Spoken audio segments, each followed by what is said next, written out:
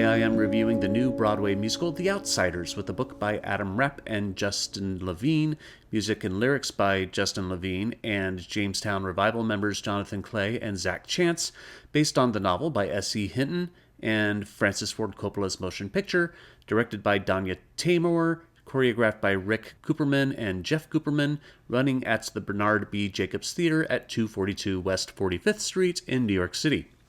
Stay gold and become a patron on my Patreon page, where you can, for as little as $1 a month, support this channel and my classic cinema podcast, Yesterday's Matinee. It's a busy time of the year with lots of commuting back and forth to New York City, so every little bit helps. Thank you to my current patrons, especially the Neo and Hamilton tiers, and welcome to the new ones. I'll leave a link in the description.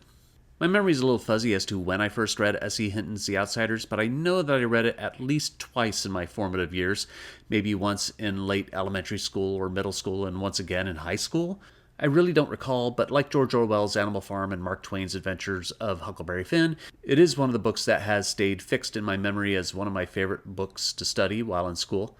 Maybe it was because growing up I found familiarity with the Greasers, especially the story's main character, Ponyboy Curtis. It's not that I was as poor as Ponyboy, Johnny, Dallas, and the rest, but I connected with their sense of isolation and feeling like I didn't fit in with anyone, preferring to sit alone on my own reading a book than pretend to be of some social importance like the Socias.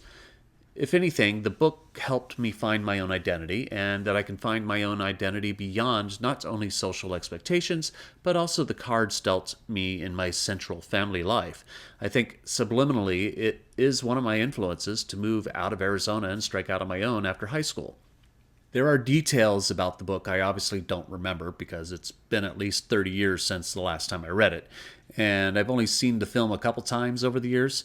In that regard, I'm not going to nitpick most of the elements Adam Rapp and Justine Levine chose to cut or change for the sake of dramatic interpretation. I'll detail a little of it, but not like a beat-for-beat analysis. If those details are fresher in your memory, great. Feel free to comment on some of those changes if you'd like. Set in 1967 Tulsa, Oklahoma, Ponyboy, here played by Brody Grant, is orphaned with his brothers Daryl, played by Brent Comer, and Soda Pop, played by Jason Schmidt. Daryl is old enough and responsible enough that he works to take care of the trio. Ponyboy likes to hang out with his friend Johnny Cade, played by Sky Lakota Lynch. The two are influenced by Dallas Winston, played by Joshua Boone, who they look up to for his criminal past and general tough guy attitude. There is a bit of a cold war between the gang Ponyboy and his friends are a part of, called the Greasers, and the Socias, the wealthier kids who literally live on the other side of the tracks. There are already skirmishes going on as Johnny gets a beating by the Socias early on, but when Ponyboy dares to cross the line by chatting with and falling for Soc Cherry Valance, played by Emma Pittman, all-out war breaks out, and after a fatal altercation, Ponyboy and Johnny go on the run. There are a lot of great things here. I love the score by Jamestown Revival. It captures the spirit of the rock folk music of the period and earlier. The verses of Daryl's song Runs in the Family is almost a lift of Eddie Cochran's Summertime Blues. Friday at the Drive-In is filled with anxious fervor as kids come with their dates to watch Cool Hand Luke. As exciting as those moments are, there are some great sensitive moments also, which really capture the heart of Hinton's book. Considering that the novel is from the perspective of Ponyboy, we don't get anything from Daryl or Soda Pop when he and Johnny are on the run. We don't have that problem here, as Daryl and Soda Pop get moments to sing about their feelings for their lost brother, creating a couple of beautifully arranged trios in the second act, throwing in the towel and Soda's letter. The songs aren't all in the style of 60s rock. Its foundations is in 50s, 60s rock and pop, but it has a very contemporary influence on it as well. Choreographer brothers Rick and Jeff Kuperman have created an impressive language of dichotomy in the dancing of the show, giving the Socias traditional pop rock dances of the time, while the Greasers have more aggressive moves filled with desire to get out every ounce of passion with each motion. There's no one listed in the credits as combat or fight choreographer, so I assume the Kupermans oversaw that as well, and wow, this isn't your West Side Story balletic rumble.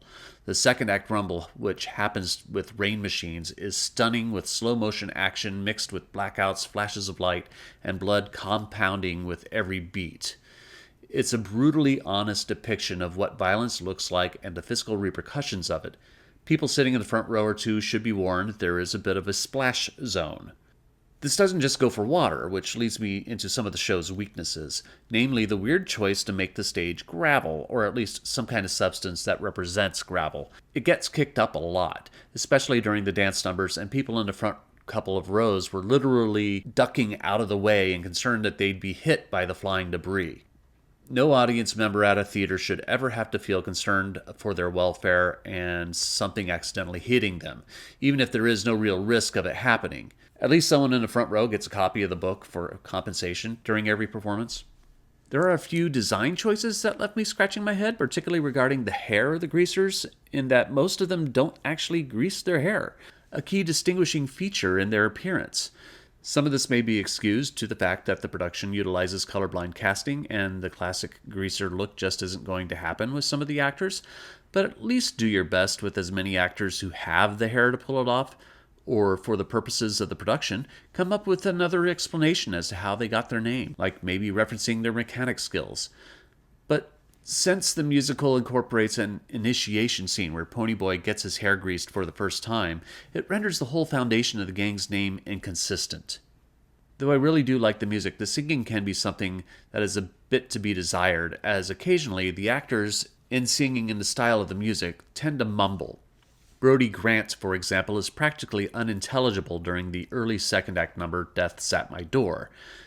That isn't to say that Grant is bad in the role of Ponyboy. On the contrary, I think he is overall excellent, filled with wonder and hope early on, until tragedy after tragedy breaks him down.